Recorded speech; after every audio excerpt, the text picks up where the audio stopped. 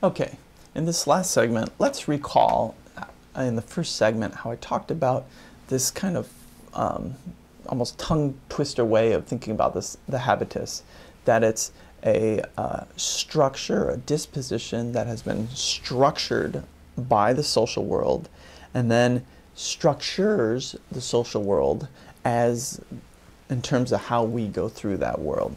So this last segment is talking about how the habitus, now being inside of us, having been structured through our life, through the primary and secondary processes, how it then affects us, how it structures the way we interact with the social world.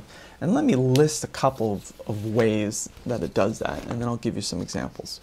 First off, the habitus predisposes us to create and navigate situations in our life that fit the skills and dispositions that we have as a part of the habitus that we've grown up with. So I'll say that and I'll come back with some examples. Second, it gives us a sense of a tacit, which means unspoken, match between us and situational reality. So for example, it's what gives us, or gives our world, the sense that things are the way they are because they're supposed to be that way. So it gives a feeling or a sense of natural connection, even though we as sociologists, our goal is to unveil or to say that that feeling of naturalness is not so and it did not have to be that way. But this idea of the habitus helps us realize why things feel that way. And it gives us a distaste or a displeasure or unliking for those characteristics or situations of life that are not likely given the social and economic world we came from. And Bourdieu used a lot of food examples for this. So you can think of classic Hollywood movies about Fresh Prince of Bel-Air. I live a couple miles from Bel-Air, of how, you know, the poor kid makes it and how distasteful the rich world is because escargot doesn't taste well. You can think of the movie The Jerk for an example of this, by the way. Escargot doesn't taste well, and why would I want big plates with small portions of food that seems foreign? Well, that's it. That displeasure, that distaste, is a great example of how the habitus works, because these are situations of great wealth and food that are not the same objective conditions under which the habitus of somebody who was previously poor was born into. And so there is a distaste for that which we don't have, or there's a distaste for that which a person was not born into, that which their habitus was not created in, because that distaste is important, because those things, that rich food and Bel-Air, is something that is not likely to happen to a person born much poor, and so it's not important to have that connection between somebody's disposition for something and something that they will likely never have. So let me give you some examples. It kind of falls in the category of that our habitus generally fits with the social reality we find ourselves in. So here's an example. Most of us, as we finish our college degree at Arizona, and this goes for me too as I graduate this May, aren't going to wait around for a job offer. We're not going to sit by our phone and just sit there looking at it and thinking, oh, any day now the phone's going to ring. But some people do that. And the people that do that are the people who are born into a social world where the expectations of the social world seeking them out for opportunity, or seeking to give them out blessings, if you will, is a part of the reality that they were born into and grew up in. Most of us don't have that luxury, but some people do.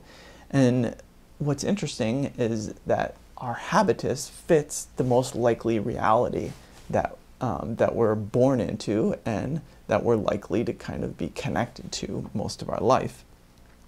Another example is that most of us will look and will end up with being partnered or married to somebody who is quite a bit like us. Sociologists use the word homophily. In other words, birds of a feather flock together. The reason why stories like Cinderella are so fascinating for us is because at some fundamental they violate the reality of the habitus. They violate the reality that most of us are going to be looking for and find somebody in a certain social range that is similar to we are.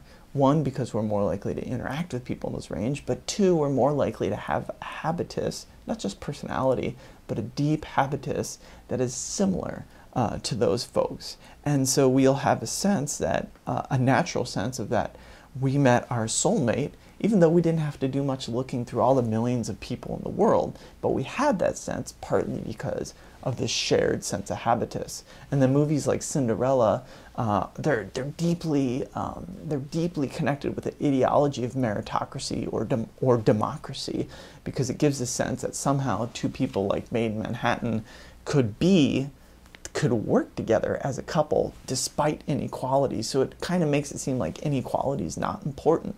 But this concept of the habitus helps us to see that actually, in reality, not only is it unlikely that those unequal people will come together, but it's unlikely that they'll have a habitus that's similar enough that they can understand and interact with the social world in a way that they would actually enjoy being together. Bourdieu has this wonderful quote that agents, and by this he means individuals, consciously adjust their aspirations to an exact evaluation of their chances of success. So this means in general that if this is you and me down here, and these are the range of possible post-college jobs here, say J1, J2, J3, and let's say that this is a person who came into the university from great wealth, highly educated and connected family. We'll call that X1, and this is X2, middle class. Maybe you're the first person in your family to go to college. Bourdieu would argue that the habitus would give a sense that X1 would be looking for these elite jobs in category J1, but that these other persons would be more naturally attuned to these jobs here. So they would, the people in X1, the people in X2, they have different habitus, and they would be adjusting their chance of success and their evaluation of the world differently. Now, it's possible that this person might aim for this or desire this, but oftentimes in reality, they'll have to, because of the nature, the objective reality of society and how inequality is distributed, will have to adjust their aspirations for the more likely of what's going to happen and as they go forward in their career, which is J2 for this group of people. So you can see that one of the things Bourdieu, he was a pessimist, and he was pointing out inequality and how it tended to get reproduced. And finally, let me give a last implication of how the habitus structures our world, is that the habitus is shared. So Bourdieu would talk about a class habitus, like those columns in the tables, because the people whom we have a similar habitus to shared the same basic conditions of social life or material reality that we did when we were growing up. So not just people from our neighborhood, but maybe people from similar neighborhoods in other parts of the country, to use an example of the United States. So the habitus is shared, or it's common, because social reality can be common to certain groups of people. And an important thing here was that the differences within a group of people are always less in terms of their habitus than the differences between classes of people. So there's always variability, there's always differences in personality and maybe in secondary levels of how our habitus forms.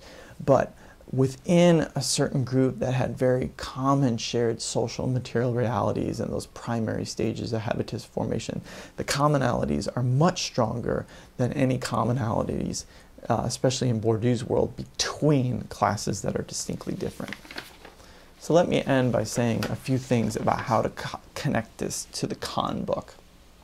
First off, you'll notice that not everybody at St. Paul's school that he's studying is born into really great wealth. That's an interesting tweak in the story.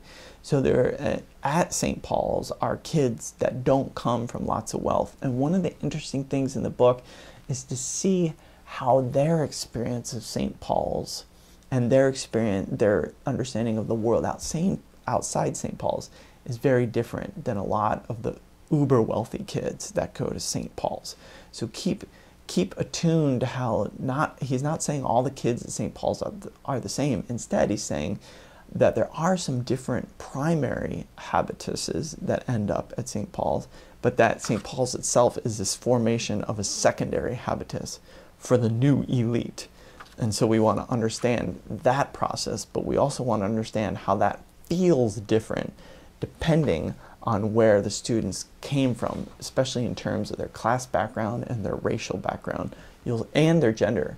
You'll see that throughout the book. It makes for some really complex outcomes, but importantly, shows how inequality can be recreated through the shared experience of a place like St. Paul's. The main chapter, chapter 2, that we're reading for this week, is really about how St. Paul's is shaping a shared habitus. Kahn focuses on bodily practices, for example, going to chapel or going to these places where hierarchy is learned. He focuses on common sense behaviors. Hey, this is what we do because this is what we're supposed to do. It's natural. It's at St. Paul's. We always have that skepticism, as we've seen in the lecture today, about anything that claims natural or this is just what we do. There's actually a history to it. There's an embodied history to it that we want to try and understand.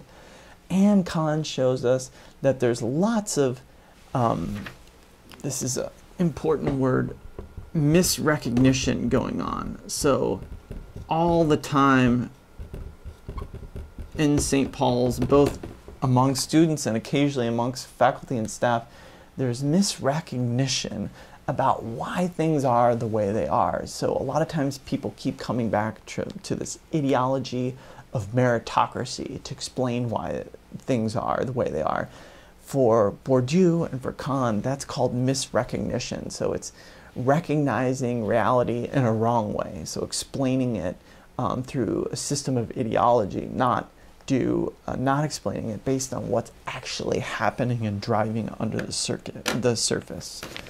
So pay attention to how hierarchies are used, how students are introduced to hierarchies, how hierarchies are made natural for students, and then how students are supposed to learn this embodied skill of managing hierarchies. Pay close attention to that, and also pay very close attention, especially for our discussion, about how invisible individuals are dealt with. Who are invisible individuals, first and foremost, but then how are interactions managed between students and these invisible individuals, and why are learning to deal with invisible individuals, why is this important for the habitus of these students who are destined to be the new elite in this country.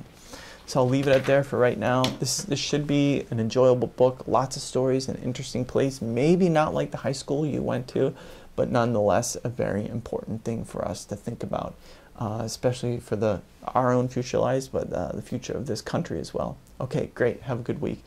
Contact me if you have any questions.